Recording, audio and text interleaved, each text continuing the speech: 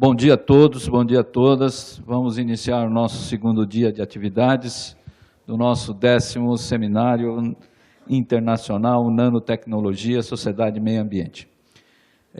A nossa primeira atividade é com o nosso colega da rede, Jorge Luiz dos Santos Júnior, que defendeu tese de doutorado lá no CPDA, Centro de Pós-Graduação em Desenvolvimento Agrícola da Universidade Federal Rural do Rio de Janeiro, e está aqui hoje também para lançar o livro dele, que está aí fora, vocês poderão ver, à tarde nós faremos o lançamento, e ele agora vai fazer uma exposição para nós sobre o seu trabalho que acabou por se materializar nesse livro, não é? Então, é com um grande prazer que a gente começa esse segundo dia de atividade com esta contribuição do Jorge.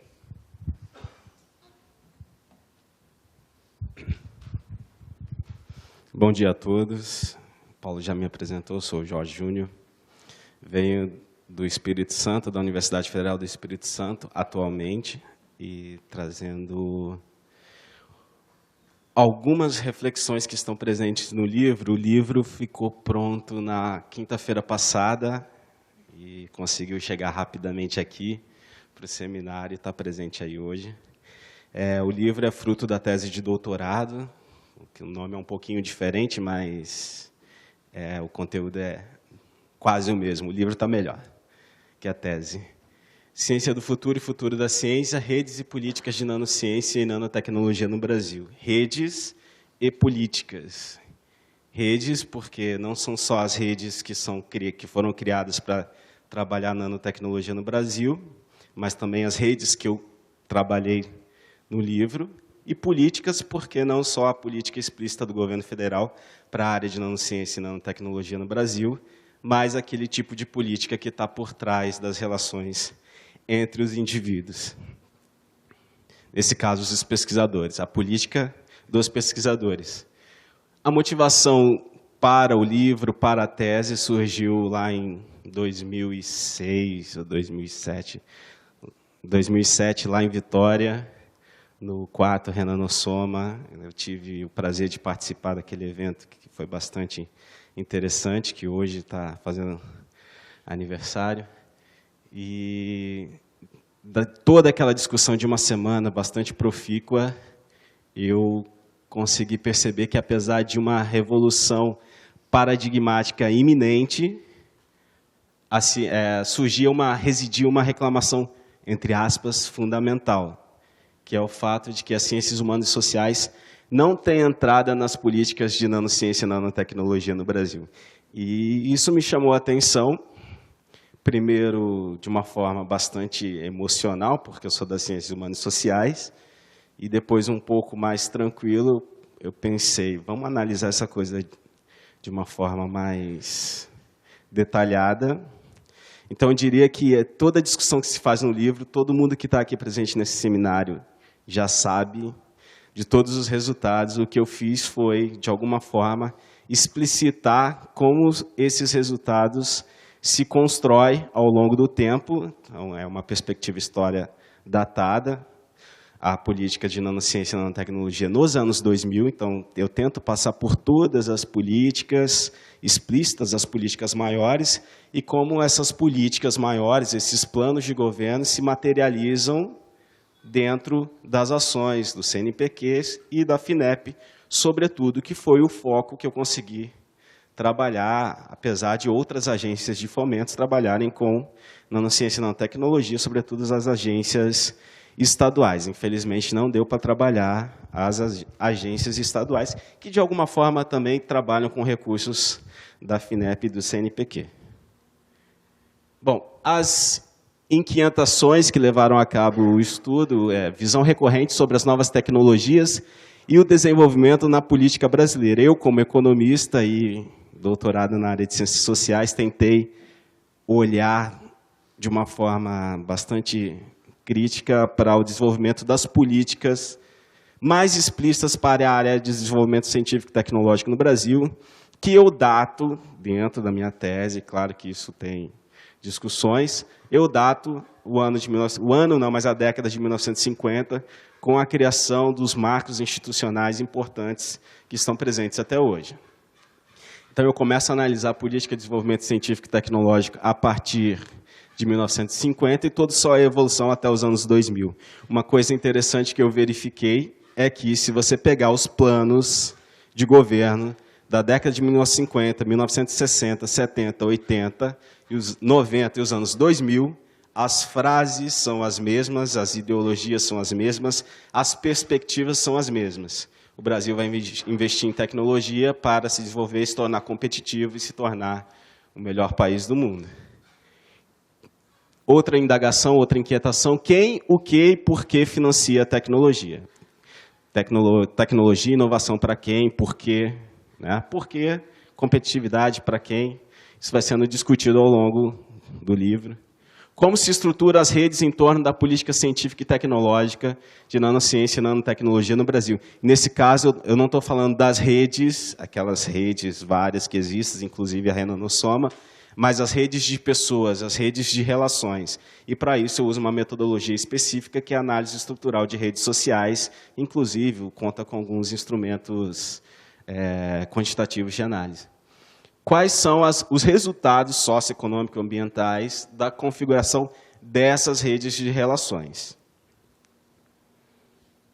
O foco do estudo, então, foi analisar em que grau a política brasileira de nanociência e nanotecnologia. Então, quando eu falo de política brasileira de nanociência e nanotecnologia, eu estou trabalhando de uma forma macro com todas as políticas que tiveram envolvida com esse setor ao longo dos anos 2000. Então, é um nome genérico, baseada fundamentalmente na formação de redes de pesquisa, aí sim já as redes. Paradigma brasileiro nos anos 2000, que esse é um paradigma dos anos 2000, a formatação de redes, e tem uma justificativa específica que, sobretudo, a ideia de interdisciplinaridade, de comunicação, de interinstitucionalidade, você integrar as diversas instituições, integrar os diversos esforços, integrar as diversas áreas de conhecimento para, de alguma forma, produzir conhecimento mais substancial e mais efetivo para a sociedade brasileira. Essa é a ideologia que está por trás da formatação de redes de pesquisa, que é algo extremamente interessante e fundamental para o desenvolvimento. E de que forma, então, possui direcionamento, o direcionamento das agendas e ideologias de comunidades científicas espalhadas pelo Brasil. Eu uso comunidades científicas no plural, não por acaso.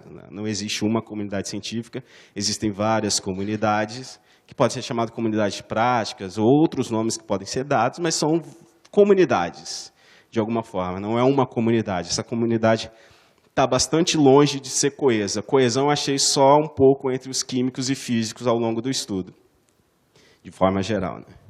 Não sei se engenheiros ou cientistas da área de química. Bom, as redes nas políticas científicas e tecnológicas no Brasil, todo mundo aqui conhece a história, um pouco da evolução da nanotecnologia e da nanociência, a reunião pioneira lá de 2000 e a criação das redes de pesquisa, inicialmente uma grande rede, depois outras 4 redes, etc. Dentro daquele documento da reunião, aquelas diretrizes, aquelas instruções que surgiram na reunião, o objetivo era alavancar o setor e o desenvolvimento nacional / regional, através da interdisciplinaridade, que poderia estar em negrito, e da colaboração, que também poderia estar em negrito, entre as áreas e atores. Então, interdisciplinaridade e colaboração. Isso estava explícito no documento desde os anos 2000, ou seja, desde que foi criado o esforço explícito do governo brasileiro. Pessoal, estou trabalhando com o governo brasileiro, evidentemente. Nós sabemos que existiam esforços na área de nanotecnologia, talvez não com esse nome, desde algum tempo, da década de 80, década de 90 no Brasil. Bom, a política brasileira de nanotecnologia e nanociências, os objetivos de forma geral presentes em todos os documentos ao longo dos anos 2000 foi dar início a um processo de criação e consolidação de competências nacionais na área de nanociência e nanotecnologia. Identificar grupos ou instituições de pesquisa que estivessem desenvolvendo ou em vias de desenvolver projetos nessa área. Isso inclui todo mundo.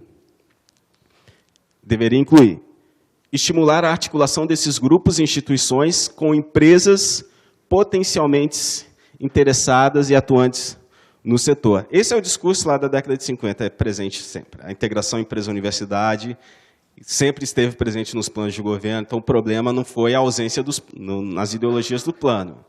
Tem algum outro problema que dificulta a integração, que não é a política. Não é a política explícita, talvez a operacionalização dela.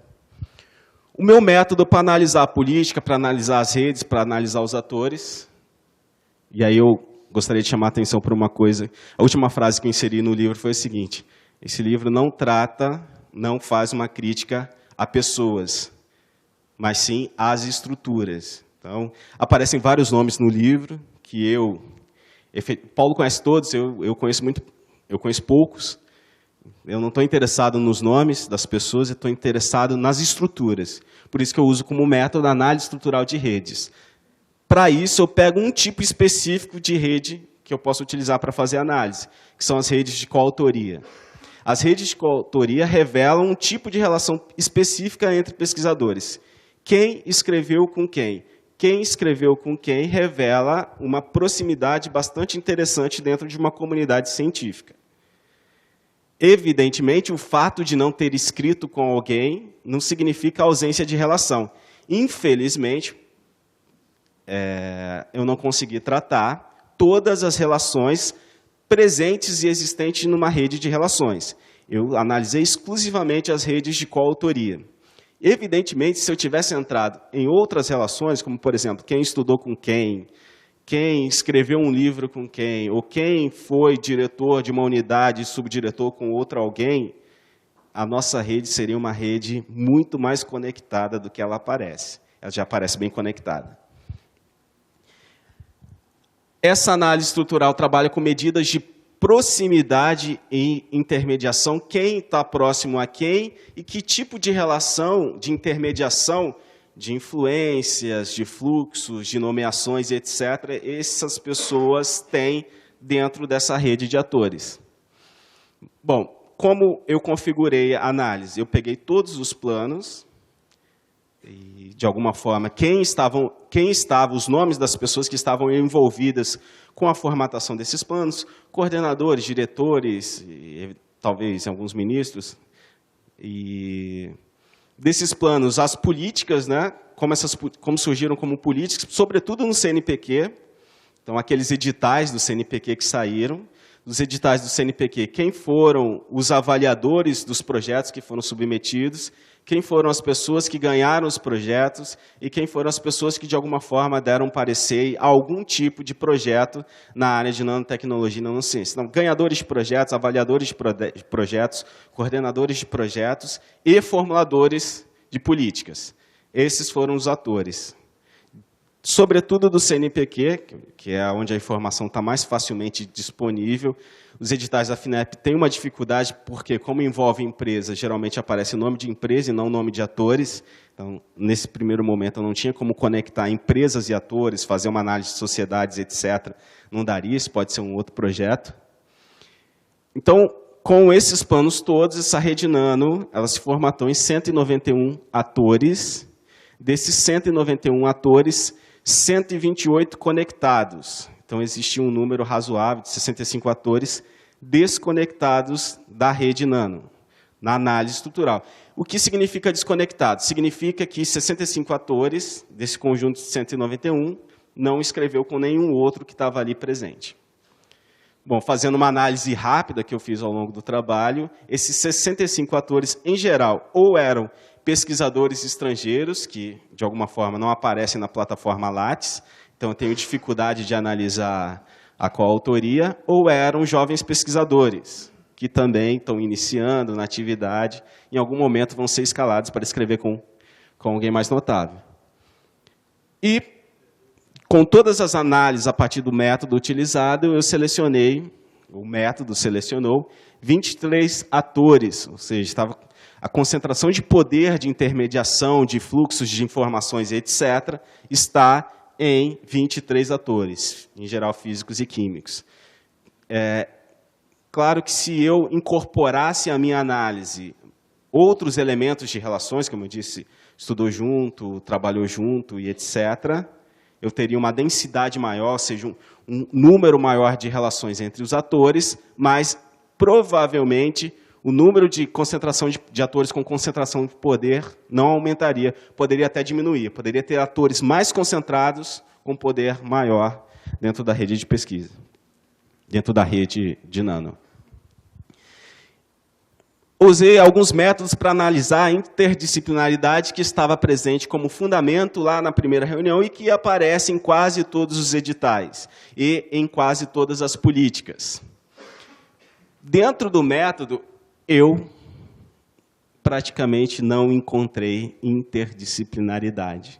Números, esse é o que eu chamo de índice de externo e interno, colaborações externas e internas. Externa significa que a área de física sai para colaborar com outras áreas. Interno significa que a área de física colabora com a área de física. Então, o número negativo, no somatório geral dos dados que são rodados pelo programa utilizado, número negativo significa colaboração interna, número positivo, mais colaboração externa. Ou seja, os físicos trabalham com engenheiros, químicos, biólogos, economistas e etc. Então, a gente vê que a física e química são, em geral, disciplinares, colaboram entre si. Quando há colaboração, quando há algum grau de colaboração, menos um seria disciplinaridade total. Quando colaboram, em geral, entre físicos e químicos, químicos e físicos. As engenharias são mais interdisciplinares, biologia. Da rede nano, pessoal, esses são os atores somente da rede nano. Os atores da área de biologia da rede nano são bem interdisciplinares, medicina, farmácia e outros também com grau de interdisciplinaridade maior. Já adianto o seguinte, aqueles que concentram poder dentro da rede nano são disciplinares, não interdisciplinares. Bom, essa é uma figura que mostra um pouco da comunidade nano no Brasil. São atores selecionados que concentram poder. Isso é o que eu chamo de comunidade nano. Quanto maior a bolinha, quanto maior a figura, mais poder o ator concentra no que tange as redes de coautoria. Significa que esse cara escreveu com mais atores que trabalham com nanotecnologia no Brasil.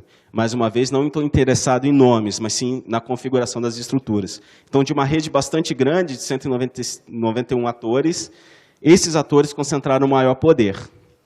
A legenda ali, amarelinho, área de física, são atores da área de física, azul, atores da área de química, preto, engenharia, biologia e ciências biomédicas. Rapidamente olhando, a gente vê que quem faz parte da comunidade nano, ou seja, essa comunidade que concentra poder dentro da política, são físicos e químicos. Então, comunicação, isso dificulta, evidentemente, comunicação com a área de ciências humanas sociais. Isso significa, de alguma forma, que aquelas reclamações fundamentais tinham bastante sentido, lá no seminário de 2007.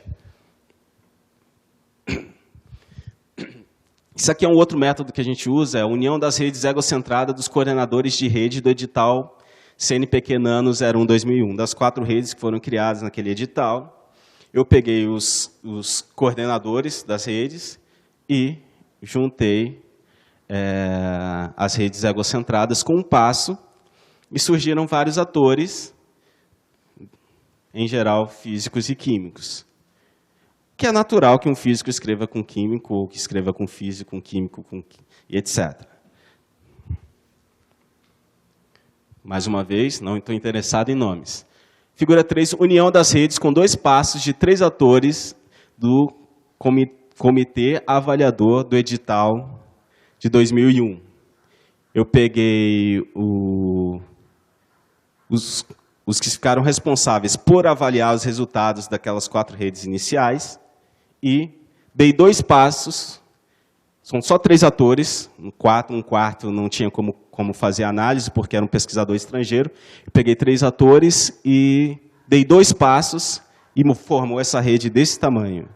E dentro dessa rede grande, também físicos e químicos em geral, e quase todos componentes da comunidade nano. Isso mostra um pouco de concentração. Tá? Avaliação por pares.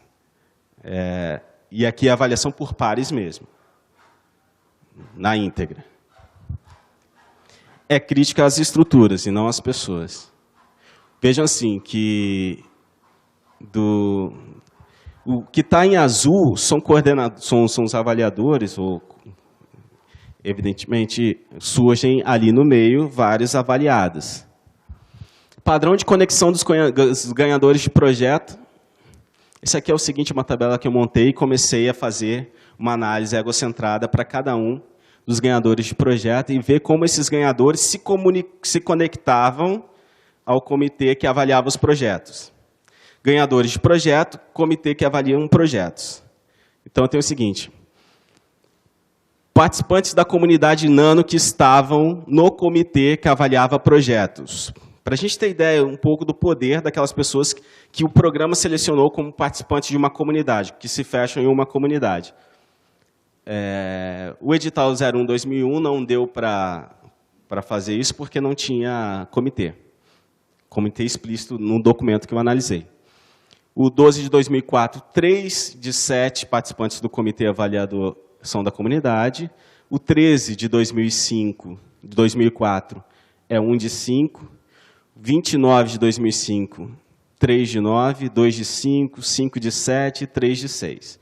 Então, de alguma forma, sempre existe um número razoável de pessoas da comunidade Nano dentro de um comitê. Dos ganhadores de projeto, claro, evidentemente, todos aqueles que estão no documento inicial aparecem na comunidade Nano, porque aparecem recorrente participando, o que pode ser também bastante natural. Porque são pioneiros, de alguma forma, se envolvem com todas as discussões. Um ou dois só se desconectam ao longo do tempo. 4 de 4, 3 de 12, 0 de 4, ok.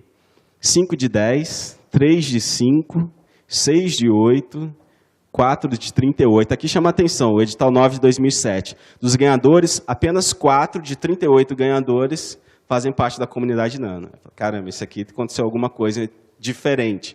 O que aconteceu diferente é que esse edital é um edital para jovens pesquisadores. Evidentemente, as pessoas estão desconectadas da comunidade Nano. 6 de 12 e 5 de 17. Então, existe uma integração bastante grande entre essas pessoas que participam da comunidade. Passos para se conectar à rede Nano. Isso é o seguinte, eu não estou conectado à comunidade Nano, e quantas pessoas eu preciso conhecer para me conectar à rede Nano? Essa rede que formata, que discute, que trabalha com as políticas. 1,16 passos. O que eu não calculei passo aqui era impossível de calcular, já que os ganhadores não participavam da comunidade. 1 passo, 1 passo, 1 passo, 1,14, 1,5, 1,17, 1,14. Isso aqui é uma média, evidentemente. Não existe 1,1 uma pessoa, mas significa que, na média, eu preciso conhecer poucas pessoas, eu não, mas aqueles desconectados, para me conectar à comunidade Nano. E isso só considerando as redes de coautoria. Passos para acessar o comitê. Aí já aumenta um pouco, 2,89, mas são, em geral, menos de 3 passos para acessar o comitê avaliador. Pessoal, isso significa, dentro da análise estrutural de redes sociais, que existe uma coesão bastante grande entre ganhadores, avaliadores e etc. Considerando a análise da interdisciplinaridade que foi utilizada, significa que existe realmente uma barreira relativamente interessante para que outras áreas penetrem a rede Nano, de acordo com a configuração. Isso pode ser uma política de rede deliberada, ou isso pode ser um comunitarismo em rede. Eu trabalho com comunitarismo em rede, eu coloco isso dentro do livro, lá no final, eu utilizo o Bourdieu para analisar essa questão. Isso é quase que intencional, faz parte da comunidade, não faz parte do indivíduo, não faz parte da pessoa, mas a rede de relação dentro da qual essa pessoa está inserida. Então, não é falta de caráter, isso é comunidade. Isso pode ser analisado como um problema ou não, depende da perspectiva do analista. certo? Passos para acessar qualquer comitê. Aquilo é o primeiro passo para acessar o comitê, passo para quem ganhou o projeto, quantos passos ele precisava dar para acessar o comitê no qual ele está sendo avaliado. E passo para acessar qualquer comitê. Aí diminui para um passo e meio, então estão bastante próximos.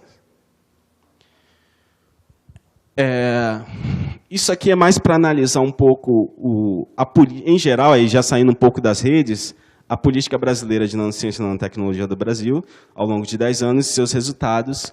Eu fiz um levantamento nos comunicados de patente do NPI de 2008-2 até 2010/2, e aí eu tentei distribuir por pedidos de patente, universidades brasileiras no Brasil, universidades brasileiras. Bom, o que chama a atenção, na verdade, é o seguinte, eu vou lá para baixo, empresa privada estrangeira no Brasil com prioridade de patente no exterior, ou seja, uma patente que já está nos Estados Unidos, no Japão, na China, cujo detentor da patente pede o registro de patente no Brasil. Então, a gente vai ter ali 66 contra empresa privada brasileira no Brasil, 16. Empresa privada brasileira no exterior, 4.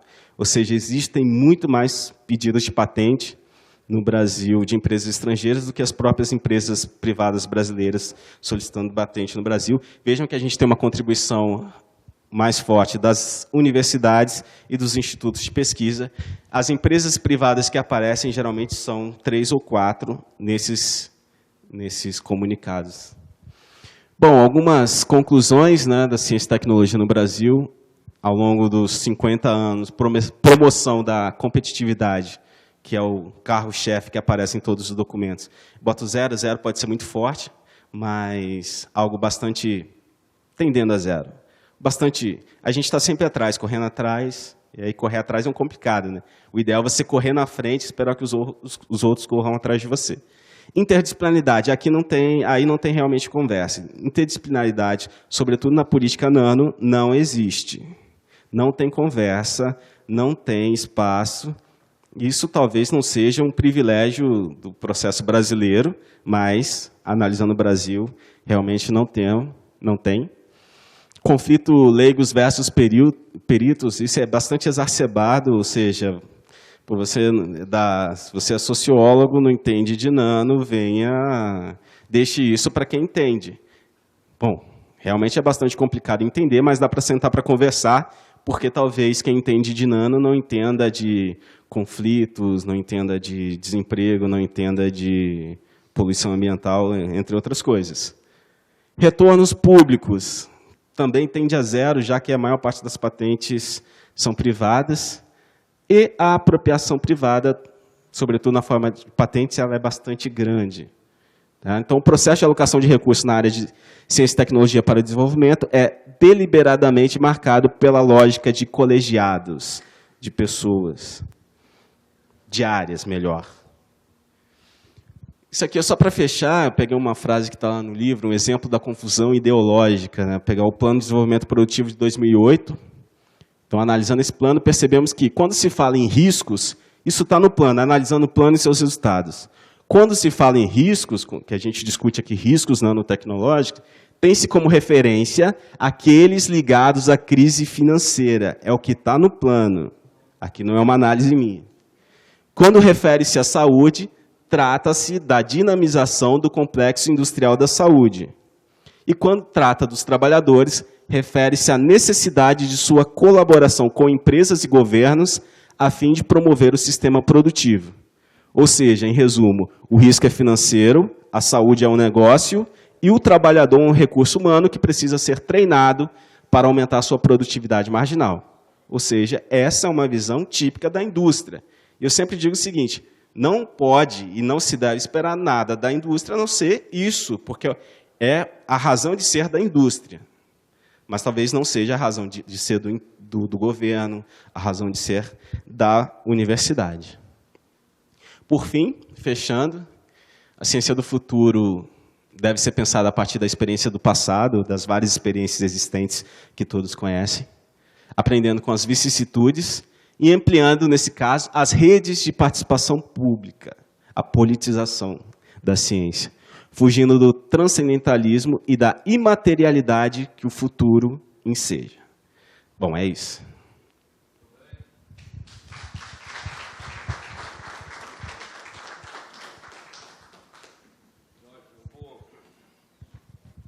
Fazer o seguinte, botar o povo para te perguntar lá no lançamento. Bem, eu sei que tem várias pessoas que querem questionar o Jorge, mas para deixar o lançamento do livro dele mais uma certa atenção, vou deixar aí para o povo fazer a pergunta para ele lá no lançamento do livro, perfeito? Para que todos possam questionar diretamente o autor com o seu livro na mão, e o autor espera que todo mundo compre o livro dele. Não sei quanto está. Não, está aí fora o pessoal aí da editora que vão dizer lá qual é o preço aí.